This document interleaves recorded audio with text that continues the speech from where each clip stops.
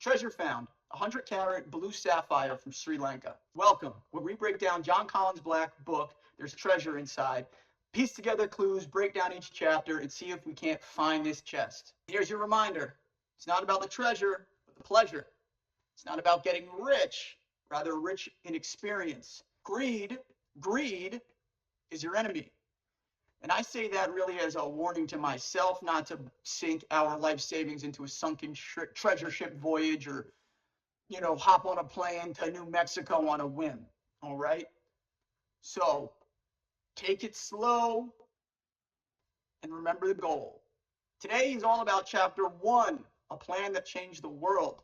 And this chapter takes us back to 1971. West Coast, California, Bay Area. Two Steves and the founding of one of the largest companies in the world, Apple Computers. Mike Scott was the business genius behind this company, and just like Mike Scott, who had a blueprint to formulate and execute success, we too need a blueprint or a map to find this treasure. The 100-carat blue sapphire that's in this treasure, worth 6 figures, is part of Mike Scott's personal collection. And it seems after Apple went public, he cashed in, stepped down, and started focusing on his true passion and hobby, which was gem collecting. This blue sapphire comes from Sri Lanka, is very rare, and like I said, is worth a ton of change. 6 figures to be not so exact, but we're talking hundreds of thousands of dollars or $100,000. Either way, it's a ton of money. When I'm reading chapters, I'm always looking for places, and one thing that jumped out at me was the Bay Area.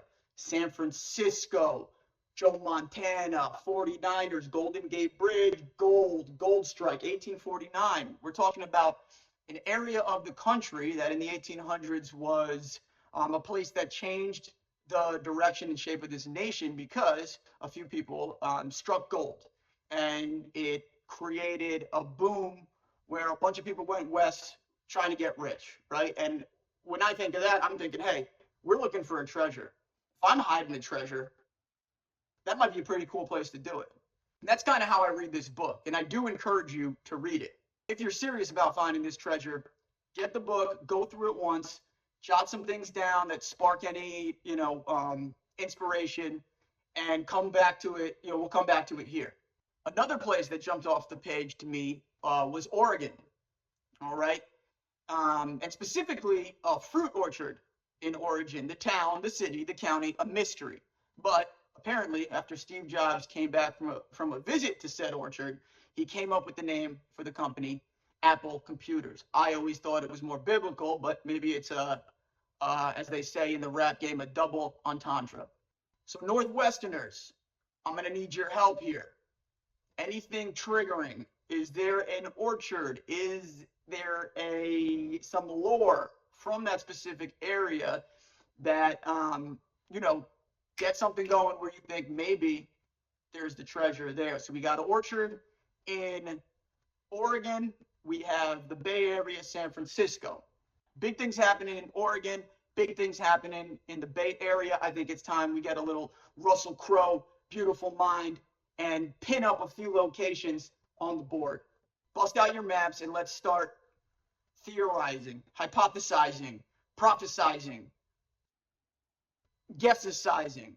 And while we're on maps, let me share with you my map and how I approach it. Now, I didn't have a notebook at first, so I was using these, but definitely get yourself a notebook. And you know what? Put a cool sticker on it. All right, this is important, okay? That's Bigfoot, all right? Another mystery.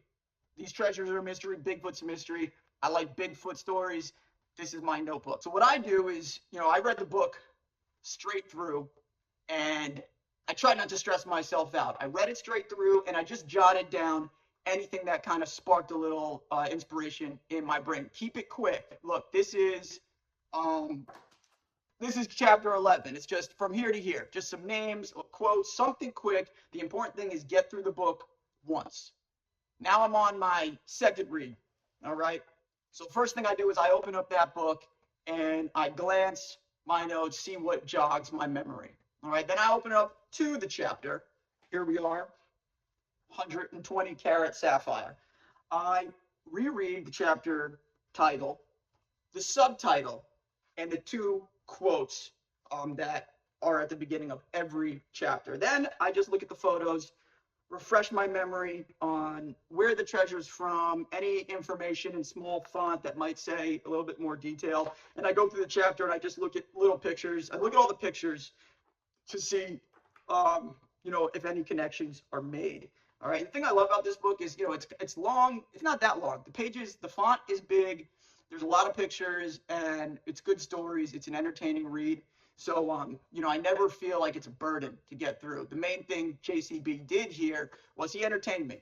After familiarizing myself with the chapter again, I do a speed read where I just kind of, like Rain Man it through, see, okay, and then sometimes I might go back and read something more specific, but having my memory jog a little bit, I can take it quick and jot down some more specific notes about things that I might find as clues or might lead us to the treasure. And then from here, I'll even further research some topics. So like for this one, quick Wikipedia on the California Gold Rush.